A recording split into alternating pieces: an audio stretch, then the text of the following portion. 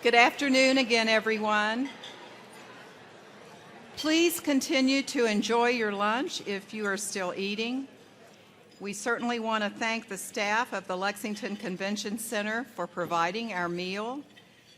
We will be donating the leftovers from the luncheon today to the Hope Center, so we're pleased about that as well.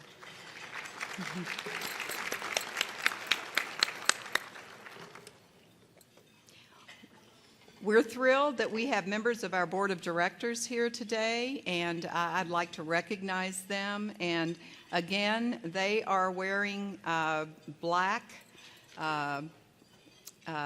ribbons at the bottom of their name tags. So if you'd like to speak to a member of our board, please feel free to do that. Our board chairman, William Summers, is here. And of course, Lieutenant Governor Crit Luallen, a member of our board, is here. Porter Peoples is here, Alton Cunningham, and Secretary Lori Flannery. So we're thrilled you all are here today to be a part of our conference. It's my honor to introduce a special state leader and friend of affordable housing. She is a current member, as I mentioned, of our board of directors, and we're incredibly thankful for that. She is Kentucky's Lieutenant Governor. Lieutenant Governor Crit Luallen is known as one of Kentucky's most experienced and respected public officials. She has served with 6 governors and was elected twice to statewide office.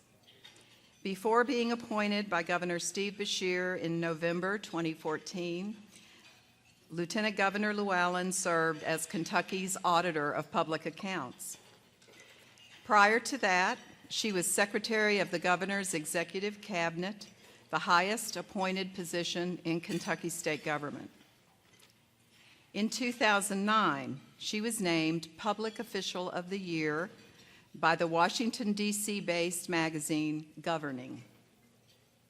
She is a graduate of Center College, where she serves on the Board of Trustees, and is married to Lynn Luallen, former KAHC Executive Director and Board Member. Ladies and gentlemen, help me welcome the Commonwealth of Kentucky's Lieutenant Governor, Crit Luallen.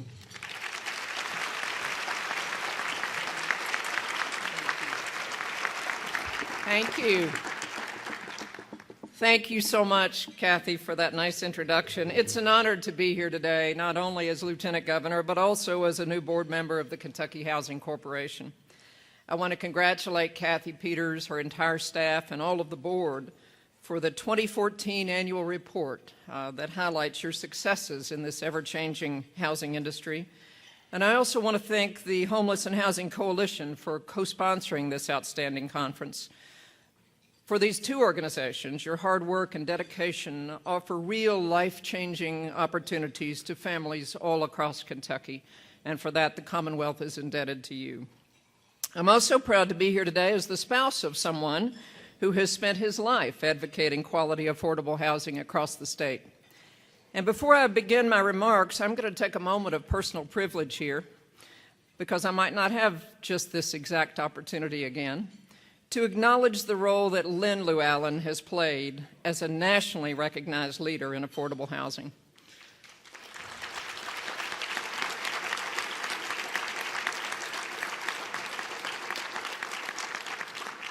Most of you in this room know my husband, but for those of you who don't, or as a reminder to those of you who have worked with him, Lynn served 4 governors as Executive Director of the Kentucky Housing Corporation for a total of 18 years, and he recently served on KAHC's board. He stepped down from that post when I took over a post on that board ex officio as Lieutenant Governor. Lynn led the state office of HUD. He served as Executive Director of the Louisville Housing Development Corporation and as President of the Louisville Housing Partnership. He was President of the National Council of State Housing Agencies, and he received that organization's top leadership award. He was also awarded the Dorothy J. Williams Lifetime Achievement Award by KAHC in 1995. He has served on the board of the Federal Home Loan Bank. He has served as Executive Director of the Federation of Appalachian Housing Enterprises, where he currently provides consulting services. And just yesterday, he joined the board of the Homeless and Housing Coalition of Kentucky. Most importantly, Lynn Luallen has had a lifetime passion and commitment to affordable housing. and his work has made a difference in the lives of tens of thousands of Kentuckians because of that commitment. I would ask you to help me acknowledge the lifetime contributions of my husband, Lynn Luallen.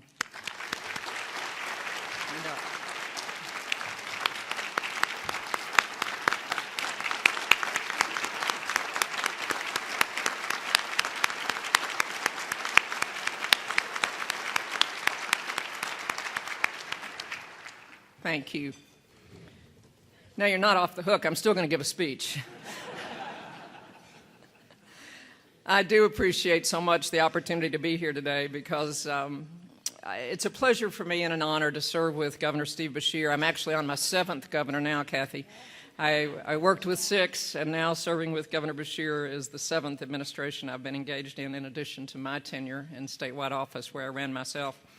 Governor Beshear has spent his time in office connecting affordable housing to other critical priorities: education, health care, job opportunities. He knows, as all of us do, that housing plays a critical role in creating and sustaining thriving families and communities. And that makes the work of the Kentucky Housing Corporation and the work of you, the housing advocates, even more important in building a strong quality of life in Kentucky. The Kentucky Housing Corporation continues to invest and strengthen communities by helping families make a solid investment in home ownership and providing other housing resources. Thanks to KAHC, homeowners and aspiring homeowners are receiving guidance and counseling, and for those who cannot afford home ownership and need rental assistance or other specialized housing services, KAHC is a resource and an advocate. It's through this partnership that Kentucky Housing and our other housing agencies and nonprofits across the state and the advocates partnering together that we continue to work to strengthen the Commonwealth. And it's that type of leadership that I saw in Governor Beshear that made my decision an easy one when the governor reached out to me to ask me to fill this post. I had watched the last few years as Governor Beshear had led Kentucky with a steady hand through a dire financial crisis. He had worked to protect education. He had steadily created jobs. But he had also launched what I believe will result in his greatest legacy, and that is the effort to create a healthier Kentucky. Today, it's good to stand here and report that Kentucky's economy is moving in the right direction. The economy is not only on the move, but we are now successfully attacking some of our most daunting historical challenges by creating a better educated and a healthier workforce. The Federal Reserve recently concluded that our economy in Kentucky has not only recovered the losses that we suffered during the recession, but it's moved on to the highest ever level of economic activity. Last year, Kentucky announced more than 350 new location and expansion projects, which are projected to create nearly 15,000 jobs and more than $3.7 billion in new investment. That's the most business investment in Kentucky since our Cabinet for Economic Development began recording investment data in 1987. In fact, the governor was recently presented the Governor's Cup from Site Selection magazine for Kentucky having the highest level in the nation of new and expanded industry activity per capita in 2014. Our jobless rate for February plunged to 5.2%, and it's been below the national average for the last 7 months. The last time our unemployment rate was below the national average for such an extended period was 1995. Now, all of you in this room, because of the work you do, know that we are still not where we need to be with Kentucky's economy. You see that every day in the positions you hold and the work that you are committed to. So we won't stop in this administration until the last day we're in office, continuing this aggressive effort to build this economy. I've personally traveled to Washington and New York just in the last 2 weeks to tell our story to business audiences and investors. The Kentucky Housing Corporation is helping us move beyond that worst recession in our generation through its Unemployment Bridge program for citizens who have been unemployed or underemployed and at the risk of foreclosure. That program has helped more than 6,600 homeowners threatened with losing their homes. It's partnerships like this that are fueling Kentucky's progress. The governor and I are also committed to building a stronger workforce to ensure that we have the talent for our growing economy. So education remains a top priority, and we're seeing significant progress there as well. All of you know that we have lagged behind in many education indicators through the years, but today in Kentucky, student performance has improved tremendously. College and career readiness has skyrocketed, and our graduation rates, critically, our graduation rates are climbing. In 2011, education experts measured our college and career readiness at 38%, and today it's at 62%. Meanwhile, our graduation rate rose last year to 86%. We're now the fourth highest in the country. All of you know we've had one of the lowest levels of adult educational attainment, and that's been one of our biggest historical challenges. Recently, the local boards of education all came on board, all 173 districts, approving a policy raising the dropout age from 16 to 18 as a result of a legislative initiative led by the governor. KAHC is doing its part in this arena through the Scholar House program that focuses on higher education and housing to promote jobs and self-sufficiency. For this administration, an educated workforce goes hand in hand with the governor's push for a healthier Kentucky and a healthier workforce. That's why this governor fully embraced health care reform, and we are continuing to offer comprehensive, quality, affordable health insurance to all Kentuckians through our state health benefit exchange called Connect. Kentucky is now hailed as a national leader for the fact that over 500,000 Kentuckians have enrolled efficiently and almost seamlessly in health care coverage through Connect. We've had the second highest reduction of uninsured in the country, from 20.4% before the reforms began to now 9.8% of our population uninsured. Better health simply means a stronger economy, a stronger workforce, but most importantly, a higher quality of life for our people. And in addition, the health care reforms decisions made by the governor are having a strong economic impact. You can argue philosophically with whether or not we ought to be providing health care coverage to those who can't afford it, but you can't argue with the fact that this is actually having a positive net impact on the state economically. Last year, over 12,000 jobs, health care-related jobs, were created as a result of Medicaid expansion. We're well on our way to hitting a forecast of 40,000 new health-related jobs by 2021 that are predicted in an independent analysis that was done as a one-year review of the impact of the Affordable Care Act in Kentucky. According to that report, Medicaid expansion will add $30 billion to the state's economy through 2021 and generate a net positive impact of $820 million to state and local governments. You're going to hear a lot of people say we can't afford health care reform. In Kentucky, we can't afford not to have health care reform. We can't afford not to do it. And you'll hear a lot of controversial talk about the impact of these reforms on the provider community. But perhaps the most immediate positive impact is the Medicaid dollars that are flowing to medical providers, hospitals, pharmacies, primary care physicians, and others. Last year, $1.1 billion in new revenues to providers across the state. Those are new dollars going into your communities, treating people who were previously uninsured and impacting your local economies. A session at this conference tomorrow will explore how Kentucky can look at Medicaid in new ways to enable vulnerable populations to move from crisis care and homelessness to stable, supportive housing. We recognize that we have to address the issues that homeless individuals and families encounter in addition to the lack of housing in order to help them sustain stability and wellness. A healthier Kentucky is simply a stronger Kentucky, and that's one reason I answered the call when Governor Beshear asked that I accept this appointment to serve as Lieutenant Governor. In my new role, one of my jobs is to serve as chair of Kentucky Health Now, which is an initiative to look at a broad array of programs and strategies to improve the state's health status and have specific goals to reduce the worst indicators that are out there. And we do have some of the worst statistics in the nation. I'm a former cancer survivor, so I feel very passionately about this issue, that no single person with any public policy or leadership responsibility in this state ought to be able to sleep at night while we still have the highest mortality rate for cancer in America. We just shouldn't be able to live with that.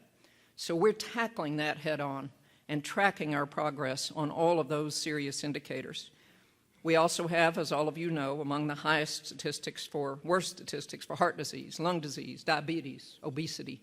We're going after every single one of those.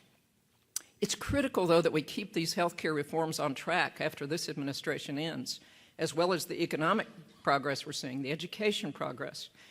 Through my career and life in public service and dealing with public policy, I've seen two things happen in Kentucky too often. One, we fail to connect the dots between our significant public policy initiatives and challenges to understand the linkage that have to exist between housing, education, healthcare, economic development. All of those are vitally linked. And too often we operate government and public policy development in silos. We're trying aggressively to link all of those areas now in this administration and keep all of that collaborative effort working together. The second big problem we've had through the years is a lack of sustained commitment in tackling our toughest challenges. We tend to, at the state level, get excited about a particular issue or initiative because it's on fire and the public cares about it, and then we sort of drop it and move on to something else. We take 4 steps forward and 5 steps back too often. We have to stay on this path of sustained commitment and momentum in healthcare reform, educational improvement, and economic opportunity. We have to keep moving forward. And there's going to be a very contentious political year ahead, and I would just ask all of you all to hold the candidates' feet to the fire and ask them all what they will do to keep this state moving in the right direction. I'm in public service because I believe in this state. I believe in Kentucky. I have deep roots here. And I share the governor's vision that by working together, we can continue the momentum we're seeing today. Momentum in housing, education, healthcare, the economy. But for us to do that from a leadership position in Frankfort, it will take all of you in this room and all of the other committed citizens around Kentucky who care about our future. We need you to continue to collaborate to keep housing and its place in the success of Kentucky's future in the forefront. And continue to partner with us over the next year to move Kentucky forward and to support the governor's ongoing efforts to build a Kentucky that is poised for a prosperous future for all of our people. All of our people. I've accepted that challenge, and I look forward to doing all that I can. I'm honored to now be playing an official role with the Kentucky Housing Corporation. I hope that each of you will take that challenge as well and help us keep this state moving ahead. Thank you.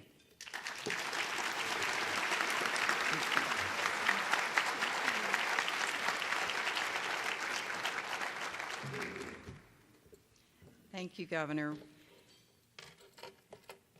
The Governor is going to remain with us today while we move through the next award. Our award that we're going to present today is the Dorothy J. Williams Lifetime Achievement Award. The Dorothy J. Williams Lifetime Achievement Award honors an individual who has devoted much of his or her career to helping make the dream of affordable housing a reality in Kentucky. This year's recipient began her career when she opened the City of Louisville's first Relocation Assistance Department, and then went on to develop the first Section 8 existing program in the state, and she did this all before 1980. She then used her passion and skills to implement KAHC programs in urban areas while educating housing counselors and nonprofit housing professionals.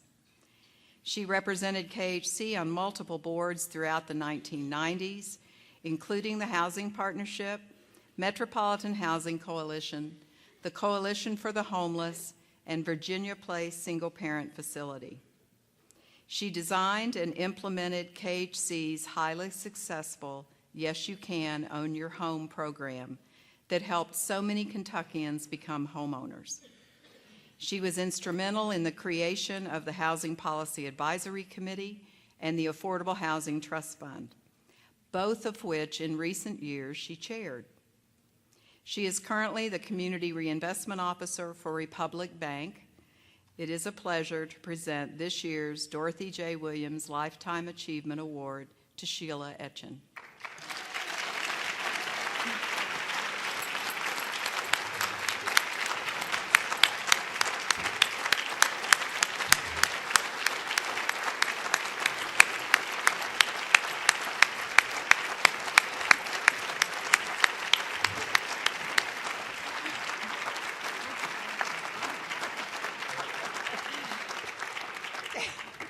Oh, my heartfelt thanks. This is just really unbelievable. Really unbelievable. And once in a lifetime, I'm at a loss for words. Oh, my God.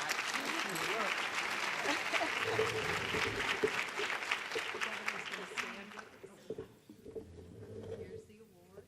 It is very heavy. So we want you to stand here.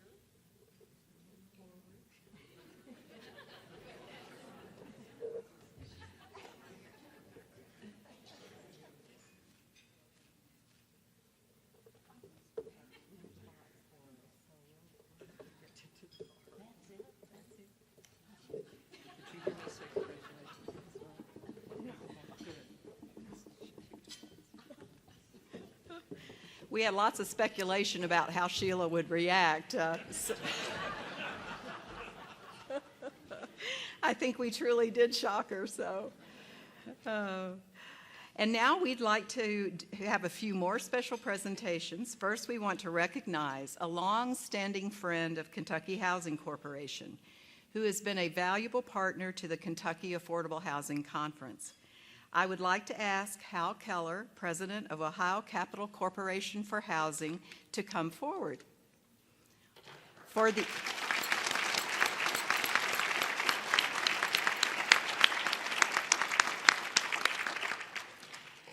eighth year in a row, Ohio Capital Corporation for Housing has provided this conference with a very successful sponsorship program, and also they serve as the presenting level sponsor. On behalf of KAHC, I would like to make this presentation to Ohio Capital.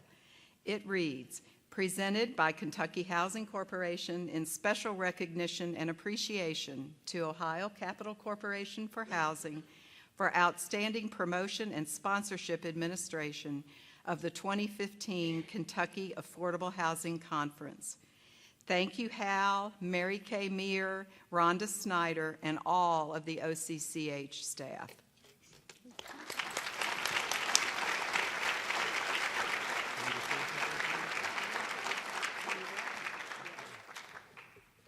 Well, thanks so much. I just wanted to tell you that I had seen the agenda early. I knew that something special for Sheila. I saw her at the reception desk, and I said, "Oh, you're going to be getting a special recognition tomorrow." She said, "Well, I'm moderating a panel." That's it? So obviously, that was a close one. That was a close one.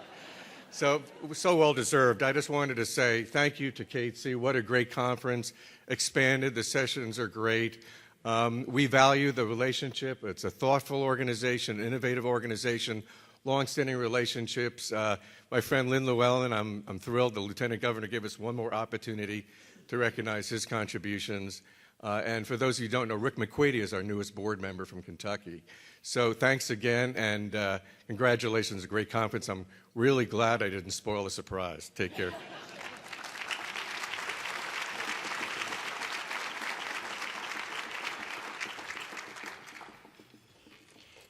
Now I'd like to introduce Andrew Howell of the Federal Home Loan Bank of Cincinnati, who will present the Federal Home Loan Bank of Cincinnati's 2015 Carol Mount Peterson Excellence in Service Award.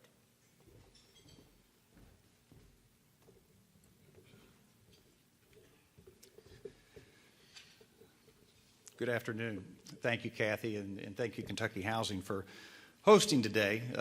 This has been a number of years that we've done this award at this particular conference. It gives us a tremendous platform to recognize Carol's efforts, and it's a great pleasure to be in everybody's presence today to recognize Carolyn Peterson. Many of you probably remember Carol from her many years of service and her strong dedication, commitment to housing, not just to Kentucky and really the 5th District, but really nationwide. She was a real champion of affordable housing in general, special needs, elderly type of programs and that sort of thing. When Carol passed away a number of years ago, the board did something very special in terms of setting up the Carol M. Peterson Housing Fund. Since that time, on an annual basis, we've set aside $1 million to award towards projects that we think Carol would have really thought highly of. To date, we've put aside and funded close to $5 million in funding for accessibility rehabilitation projects, elderly and special needs homeowners, as well as an Excellence in Service award or grant that we do for housing-related initiatives within Ohio, Kentucky, and Tennessee. Our board obviously is very instrumental in making sure that these programs are available and the funds are available for those. And I'd like to recognize some of those that are here with us today. First off, our chairman, Don Molyneux, which right here from Lexington, many of you know, former professor of finance at the University of Kentucky. Sorry about earlier this week, Don. Where he held the DuPont Endowed Chair in Banking and Financial Services. Also, David Sartori, Executive Vice President and CFO of Field and Main Bank in Henderson, Kentucky. And I'd also like to recognize some of our dedicated individuals that have been serving on our Housing Advisory Council. Our chairman, Steve Gladman, who's down from Columbus, from the Affordable Housing Trust of Columbus and Franklin County. Jay Kittenbrink, also here from up north, from Cincinnati, the Episcopal Retirement Homes. And David Craer from People's Self-Help Housing in Vanceburg, Kentucky.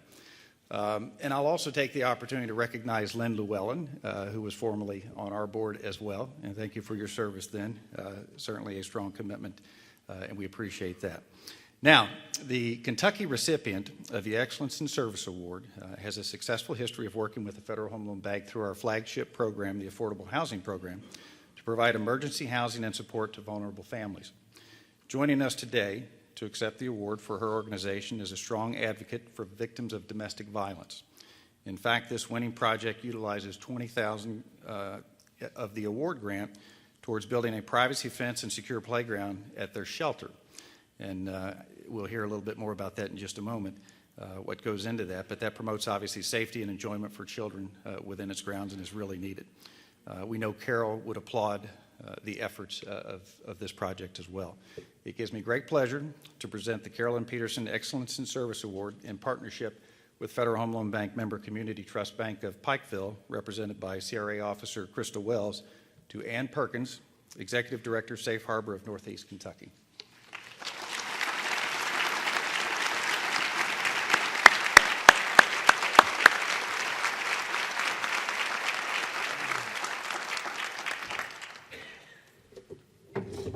Talking about heavy awards, this is literally a brick building block of sorts for the next project that you have. Tremendous. Thank you so much. I just want to say thanks to the Federal Home Loan Bank, and also thanks to Community Trust Bank and KAHC for allowing our program to grow over 30 years to offer really a complete continuum of care. We have emergency, transitional, and permanent housing now, thanks to people like Kentucky Housing Corporation, the Federal Home Loan Bank. We're located in a really old TB hospital complex. And through partnerships with AU Associates, the Federal Home Loan Bank, Kentucky Housing Corporation, we've been able to transform that campus into a very wonderful place for families to live. We're housing about 150 women and children a day, and the staff at KHC, people like Judy Rose, who walked up on my campus one day and says, "What are you going to do next?" And the next thing I know, we've renovated our shelter that now sleeps 60 people a night. I just can't tell you enough how much we appreciate the hard work of everybody in this community, of KHC and the Federal Home Loan Bank for making this all happen. Thank you very much.